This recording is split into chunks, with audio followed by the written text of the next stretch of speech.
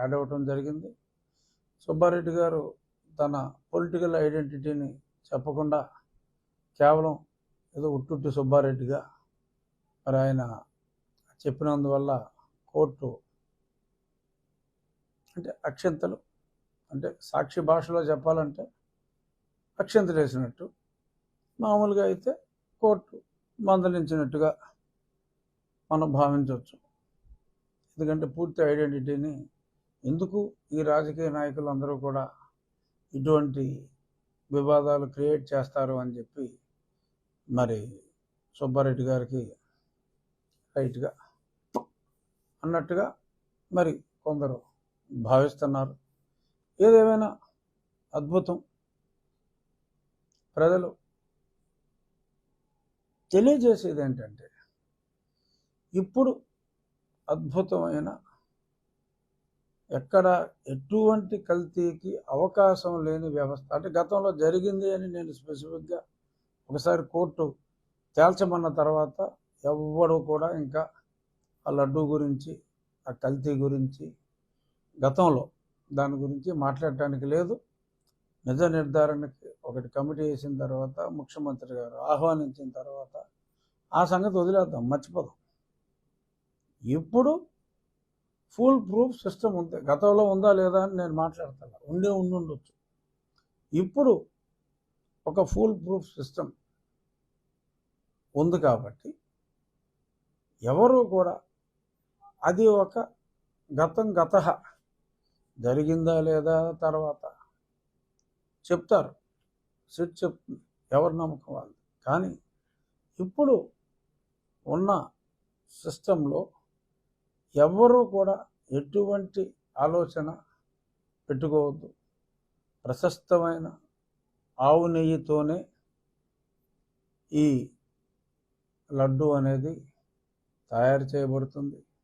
రాబోయే రోజుల్లో తప్పకుండా భక్తులకు మరి గతంలో లడ్డు గురించి మనం మాట్లాడుకోకూడదు, అది సుప్రీంకోర్టు కమిటీ వేసింది కాబట్టి అని మళ్ళీ చెప్తూ మిగిలిన విషయాలు మాట్లాడుకోవచ్చు.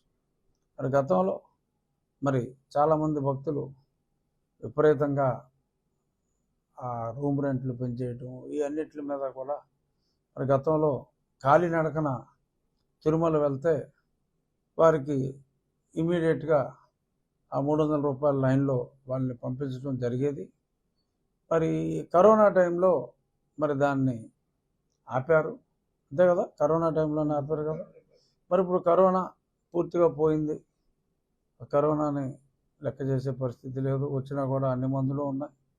అదేదో మామూలు వేరే రొంప జలుబులాగా వచ్చి పోయే పరిస్థితికి కరోనా వచ్చింది. సో కాబట్టి మళ్ళీ తిరిగి మరి కాలినడకన అప్పుడు ఏదో మధ్యలో మళ్ళీ రీస్టార్ట్ చేయాలంటే చిరతపూలు అన్నారు, ఏదో రకరకాలు. సో ఇలా కొంత కాలినడకన వెళ్ళే భక్తులకి కొంత డిస్కరేజ్ చేశారా అనే అనుమానం అయితే వచ్చింది. చేశారా లేదో, ఎందుకంటే మనం ఫీల్ అయిందే మనం మాట్లాడాలి. సో కాబట్టి డెఫినెట్గా కొంత డిస్కరేజ్ అయిన మాట వాస్తవం. సో కాబట్టి మళ్ళీ తిరిగి మరి నూతనంగా మరి కొత్త కమిటీ కూడా మరి చంద్రబాబు నాయుడు గారు దసరాలు మొదలైనవి కాబట్టి దసరా తర్వాత వేయచ్చు. అందరూ 4 రోజుల క్రితం కాసేపట్లో వచ్చేస్తుంది, కూసేపట్లో వచ్చేస్తుంది అన్నారు. మరి ఈ వ్యవహారం ఇలా ఉన్నప్పుడు కొంత ఆలస్యం అయి ఉండొచ్చు. బట్ డెఫినెట్గా ప్రజాభిష్టం మేరకు కాలినడకన వచ్చే భక్తులకి ప్రయారిటీ ఇవ్వాలి. మరి ఆ గతంలో ఉన్న విధానాన్నే మరి పునరుద్ధరిస్తారు. భక్తులకు మరిన్ని సౌకర్యాలు కలిగించటం, మరి కేవలం భక్తి తప్ప మరి ధనవంతులు కాని వాళ్ళు దర్శించుకోలేని పరిస్థితి కూడా ఉండకూడదు. వాళ్ళందరినీ కూడా మరి దైవ దర్శనం త్వరితగతిన అయ్యేలాగా, ఒకవేళ ఆలస్యం అయితే మరి వారికి చక్కటి వసతి ఉండేలాగా ఇటువంటి చర్యలన్నీ కూడా మరి ఇప్పుడు ఉన్న ప్రభుత్వం భగవంతుణ్ణి భక్తునికి దరిచేర్చే ప్రభుత్వం కాబట్టి తప్పకుండా రాబోయే రోజుల్లో కొత్త పాలకవర్గం వచ్చిన పిదప ముఖ్యమంత్రి గారు కూడా మరి ఆ ప్రాంతవాసి, ఆయన పర్సనల్ ఇంట్రెస్ట్ ఉంటుంది. సో భక్తులకు, హిందువులకు మంచి దర్శన భాగ్యం. డబ్బులు మిగిలితే గుళ్ళోనే వేసేస్తారు, నిలువు దోపిడీ సమర్పిస్తారు. సో కాబట్టి సపరేట్గా దోచుకోవాల్సిన అవసరం ఏమాత్రం లేదు. వాళ్ళు వచ్చేదే నిలువు దోపిడీ ఇవ్వటానికి.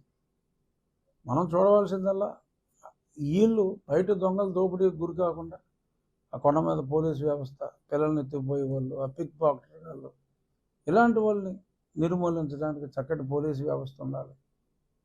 వాళ్ళని మనం దోచుకోకూడదు, దొంగలను దోచుకోనివ్వకూడదు, మనం దోచుకోకూడదు. వారికి తోచింది దేవుడికి వారే సమర్పిస్తారు అనే కాన్సెప్ట్తో డెఫినెట్గా రాబోయే పాలకవర్గం వెళ్తుంది. ఇందులో ఎటువంటి సందేహం లేదు.